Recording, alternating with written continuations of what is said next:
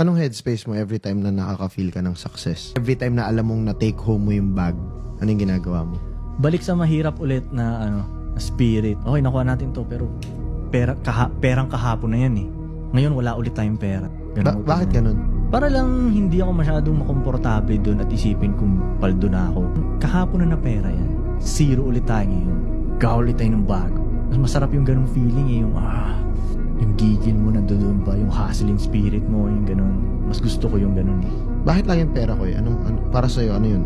Dahil hindi naman laging pera lahat. Iniisip ng mga tao, ganun, puro pera ka lang boy, puro pera. Hindi nga ako ganun na klase ng tao.